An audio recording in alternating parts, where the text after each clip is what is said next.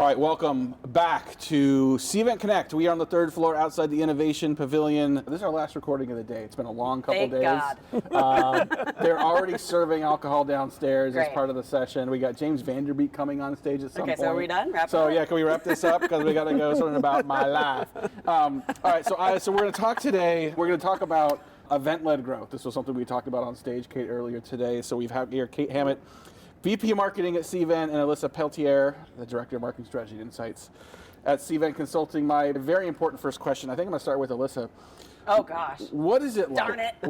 What is it like at Lane Stadium when the first couple bars of Enter Sandman start and everyone is jumping up and down? Like, do you get chills every single time? Yeah, that is an experience for sure. I highly recommend it. And honestly, I was there when Metallica actually played live. You were there. Oh. Not recently. Oh, It was in 2011. When they did the Remember? entrance live. Wow. When they did, Yeah. oh yeah, they were there. They Yeah. performed live. It is really cool. So yeah, I mean, your heart's racing. You're jumping in the stands. They're all metal, so it's like. Awesome. All right, so highly recommend it. So for context, Alyssa is a Virginia Tech alum. I am. So college football, when they enter, they play Enter Sandman, and they play that intro, and as soon as they hit the drop, the entire team explodes out of the. Oh, I'm getting chills right now. I almost need to tell you that I married a Who. So I married What? a man who went to UVA. Not only went to UVA, but is in Charlottesville. But also, I'm sitting next. I was just to going to say, let's embrace the Cavaliers here. I don't. Maybe I- not for football, but for all the Olympic play and sport, That's great. all That's the sports cute. that people don't care about. That's fantastic. The We're fun really, fact really here, good though, at. is that my husband tries to claim that Enter Sandman is every team's football song, Not and I true. was like, no, sir. If you Not look true. it up on the Googles and AI, because that's all we've been talking about now, yeah. they're going to tell you it's Virginia Tech's entrance. Yeah, not true. So Metallica played a full-on concert like just a couple months ago at Lane Stadium, and all you can see on YouTube now is they played it at the end, right? And as they start that, I mean, it was a seismic activity at Lane Oh, Stadium wow. when Yeah. the entire stadium jumping up and down for. I'm still getting chills. It's just Yeah. amazing. All right, We'll give so. you that. Yeah, well, catch up. Yeah. So, all right, having fun here on our last episode of this podcast. I guess we should talk a little bit about work. We'll get back to Fine. college football. Well, They're related. I see the threads already Yes. coming together. go. Yeah. We've talked so much this week about building amazing experiences, and Yeah. a lot of who I've been talking to, you know, they're not just event planners anymore. They are experience builders. They're Yep. community connectors. I don't know. I can use all the words. I'm probably like going to fall short on them. But That's okay. you know, this is a creative industry. Yep. Whether you identify as a planner, whether you identify as a marketer, Yep. ultimately the outcome is an amazing experience. And Yep. so I think like at some point in time, somebody was like, Metallica, Enter Sandman, we're playing at the entrance and the Yeah. opening. I don't know what year that was because I wasn't there for it. Yeah. But that's an amazing experience. Yes. And like that you can feel it, like, oh, the hairs are Yeah. sticking up. Like Yeah. that's what the people do here at Cvent Connect, Mm-hmm. or have the power to do. Some do it better than others, but like I think that's Yeah. ultimately what this is about. Well, everyone yeah. here's been talking about that, right? And I think, like, you know, you're saying, like, hey, let's talk about the Who's as well. And there's something about where you went to school, right? And let's stay with football for a second. Like, if you're a fan of a professional team, like, that's fine. Maybe you grew up in that town. It's something that's part of you. But you are part of that school. Yeah. You attended that school. So there's an identity there that is a deeper thing. And I think that can exist at a conference. Like, if you can find an event, whether it's a big conference like this or a smaller event, when you look at how many hugs versus handshakes happen in the room, Yeah. it's sort of a sign of what kind of community you are building. Yeah. I love this. I love it. It's so true. I mean, that's what we're feeling right now. Like, you can tack on. Yeah, I mean, I think it always made me laugh when people would talk about like the dawn of hybrid events, and when you think about like sporting events, I'm like, we've been doing this for a very long time.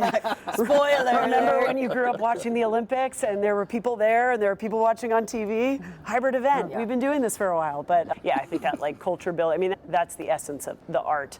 I think where we're trying to go from an event perspective is getting more of the science. Yeah. And marrying those two, and that is, you know, really where the magic happens. Yeah.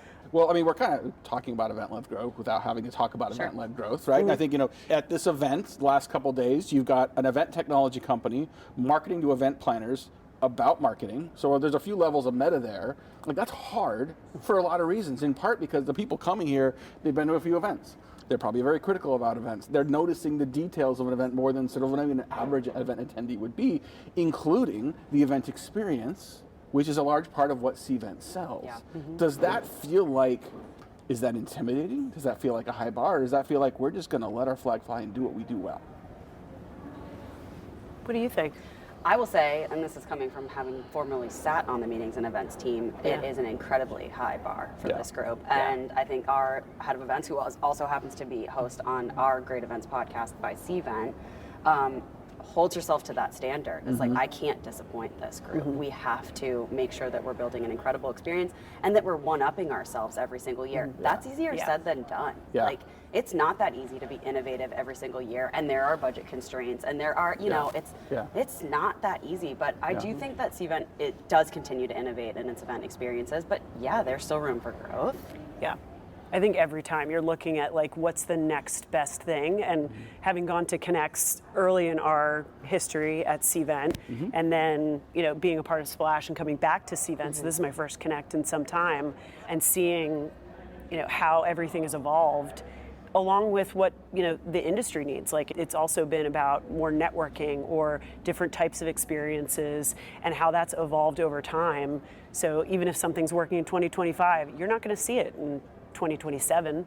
And I'll just double down on that, because audience centricity is everything. I know in the corporate space we always talk about customer centricity, but in an event space your audience is the customer is the audience. And so being ruthless and scrutinizing every detail for that audience, I think that's why planners get a bad rap, because they're like, we're feedback obsessed, but it's because it's insights. Because that's really understanding your audience. That's a focus group for you for every single year. And so treating your event as that kind of test pool year over year over year, and it starts to get that scientific mindset in it, like you're talking about. Well, you have to keep raising the bar, because the bar keeps getting raised in general. Like you said, hey, we've been doing hybrid events forever. It's 1984. I'm watching the Olympics on TV from Los Angeles, and they happen to also be happening live, but that's it, right? There's no recordings. You watch it or you miss it. Now all of a sudden there's interaction, there's social, right? There's engagement among community members. You've got the opportunity to say, you like judo? They like judo. Let's have a judo conversation happen that the snowboarding people may not care about, right? And so the segmentation and the engagement opportunity has gotten far more complex, but I would argue far richer. Like, the opportunity and the advantage you have if you can lean into that opportunity as a brand, facilitating and organizing and producing and enabling that experience is powerful. Well, and think about, is there any other channel where you can do that in marketing?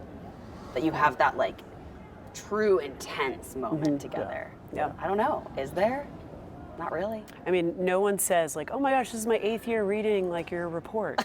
But here, oh my God, that white paper. I know. One annual report. There might be some random outlier who's I am so obsessed with this report. I've read it every year for 10 years. But you see the pride of our attendees here being this is my 8th Connect. Yeah. Or this is my first Connect, and let's celebrate you, and let's find a place for all those things. But no one remembers the digital piece. Well, and we talk about that in the context of event-led growth, right? How these are moments that can kind of compress the sales cycle. They can kind of compress and accelerate the customer experience and the customer journey, whatever stage that they're progressing to, right? Maybe from, hey, I was just a customer, to now I'm a raving fan. I'm obsessed with this brand. I need to do more with them. Whatever it is, the events have that velocity associated with them that I don't think any other tactic or channel in our mix has. We got our last episode here at Cvent Connect with close teammates and bitter rivals, Alyssa Peltier and Kate Hammett. One is a who, the other is a... I'm still trying to figure out, what is a Hokie exactly? No idea. No idea. I do know there's a little... And that's going to be a sound bite that everyone's So it's a cartoon turkey, ladies and gentlemen. Trailer. The cartoon I turkey. don't know if angled correctly. I don't even know. You ask anybody who went to Virginia Tech, say, what is a Hokie? That doesn't matter. Wrong question. Let's move on. It doesn't matter. There's a turkey foot There's that just a turkey comes to thing mind. involved. Yeah. But even so, I'm going to follow this analogy again for a minute too, because so I grew up in California. I moved to Washington to go to University of Washington, and I assumed that Washington State was going to be our bitter rival. And in some ways, it is. But there's still a community element. There's a lot of people in Seattle that went to Washington or went to Washington State, and there's still a community element. We grew up here. We went to schools here. And so even when you're bitter rivals, there's still an opportunity to have community. Totally. So you think about people, I get 10,000 people at this conference. There's a lot of competitors here, people that compete with each other, but even amongst competitors, an opportunity to share and learn from each other and get better. It's connection at the end of it, right? What's the common denominator? Competition can be that denominator in that scenario. So I think that not only builds community, but it builds the connection amongst frenemies, if you will. We're not frenemies. Yeah. We I- love eating together. Yeah, if you're listening to this, they're not hugging at all. They're sharpening knives. This will get interesting later. About to shank It's the me. meet the parents, the two eyes. Shank the hokey. Okay, we'll play that. That sounded wrong. We're going to keep going. I want to talk about, so whenever you do an event like this, this is a big production. It takes a long time to pull together. It's very expensive. And I don't know if in your organization, but like in a lot of companies we work with, they complain and complain and complain about how much time and effort and distraction it is up until you have it. And then you get there and you're like, this was amazing. We need to do this like every other week or something, Welcome right? to my inner monologue. The Yeah, last 10 days. Why? Why are we doing this to ourselves? Yeah, facetiously, I love events so Yeah. much. And then you leave. But and then you you're get like, here. I love Then this events. happens. And one Yeah. of the worst things you can do is leave here and start planning for the next event. Yeah. Right? And not capitalize on all the goodwill you created here. Goats, kittens, James Vanderbeek, all of it matters, right? And so when you think about this as not a growth by events, but event-led growth, where event is the catalyst, event is the center point. What are the things that, for people listening to this that are doing their own events, big or small, like how do you continue that momentum, that human experience and that spark when we're not here anymore? Yeah. And I think just from the content piece, like that must live on. Yeah. And we have so many distribution channels now that, the human connection, I think, can live on in certain ways by keeping up your event programs and giving those opportunities for handshakes and hugs. But I think the fatal mistake of events, at least that I've been a part of like over the years, is not squeezing the juice from those interactions and doing those follow-ups and being really thoughtful about what you learned at the event about your attendees and putting that into action and following up with content that reiterates that value. And I like to start with the end game in mind. Like, why did you build that event in the first place? Yeah. And how is it connected to a broader strategy, right? So it isn't okay, now how do I make all of this content work? It's already assumed. I built this event because it's been plugged into something behind me, right? It's like part of this journey, these nurtures, this campaigns, experiences, however it is manifesting. But that omni-channel marketing is really important in this. And I think events are part of that. They aren't just a moment, capture, produce, push. We are pushing because they were aligned to something before the event even took place. And I want to mention something, toot your horn actually, because I felt like this was really powerful moment on Monday. We had marketing leaders around the table. There were about 12 of us, and talking about what our kind of hopes and dreams were for incorporating AI and how we were going to handle the future. And we all sort of made a pact around the table, like, okay, we're doing this next year. So, a year from now, we're going to be where? And Alyssa had everybody kind of go around and share that around the table. And we had created such a community within, the exercises and the conversation that we were all like going to hold each other accountable. So it's like, okay, what are you going to say for a year from now? All right. And then we're going to check in. And that was a really cool moment for me. It was very authentic. And it was certainly teed up by, your event design. But that, I think, is really like when the magic happens in events, and you can do that. It doesn't, have to be just a small bespoke group, but you can give that magic and kind of like next year we're gonna circle up and see where we're at. Yeah, you can connect the dots for the group already, right? It's like whether that's a content piece that you're following up with or a next event, the next touch point, how do you continue the relationship that you formed? Yeah, and So just slide that registration form. Just And like another into the contract, inbox. another contract. We'll give you a ride to the airport if you sign this right now. So if part of having that great event experience is feeling part of something, right? Feeling like you're coming here and I'm not alone. I may have to do this myself at my company, but there's 10,000 other people here that face these same challenges. Feeling like you're part of something bigger. If that's a big piece of these being successful, when I take this outside of the event, there's other channels and formats that I can use to continue that bond, right? I think about even like, CMO Coffee Talk, right? The CMO group that you're a part of, Kate, that we've done physical in-person meetups.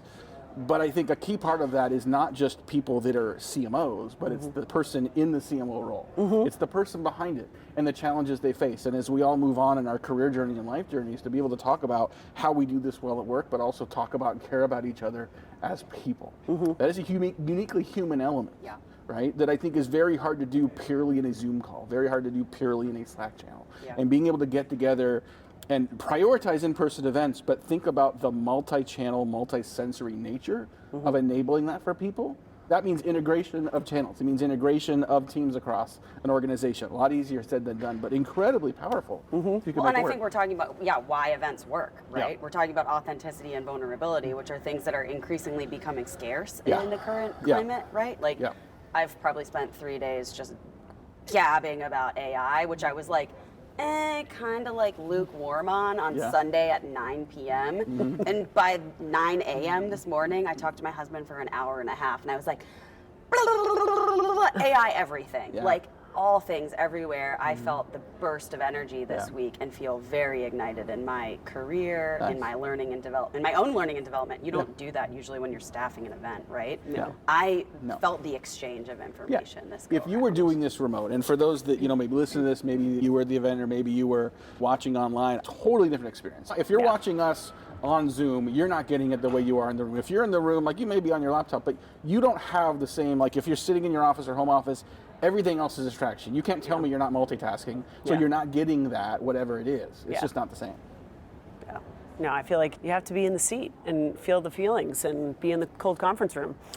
Yeah, I think that as we continue to get more saturated with digital channels and digital noise, as more companies say we could do it faster, easier, and just do it all digitally, there'll be plenty of companies that forego that experience. Yeah. And as I told someone else in that seat earlier today, like, I really hope my competitors lean in on that strategy, because I don't think it's going to work as well. I think they're going to miss an opportunity to create a real connection between them and the customer, between them and their prospects and customers amongst each other, that give their brand the credit for that. We talked about that yesterday in our open forum discussion. We talked about in the Executive Marketer Exchange about, a perfect example of that is LinkedIn right now. We're just being bombarded with what is very, very easily fake messages. Oh. You're seeing just like trash content, honestly. Yep. M-dash, M-dashes, emojis, yeah. So we're discerning as humans. Yeah. Like, we don't give ourselves enough credit, but I Yeah. do think that we are discerning. Again, it's the testament to why the human component in your marketing strategy Yeah. is so impactful.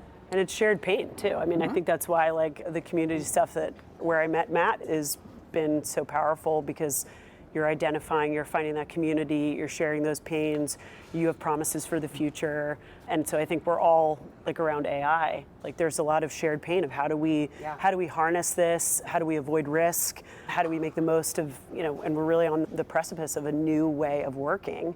So that's kind of a shared pain, but also a very exciting promise. So I feel like I don't have, last year's Connect to compare to, but it's particularly exciting as we're, looking into a future that's just going to be totally different than what we've experienced so far, which is so exciting. Yeah. Yeah. Exciting, scary, all the things, all the things. everywhere, all at once. Yeah.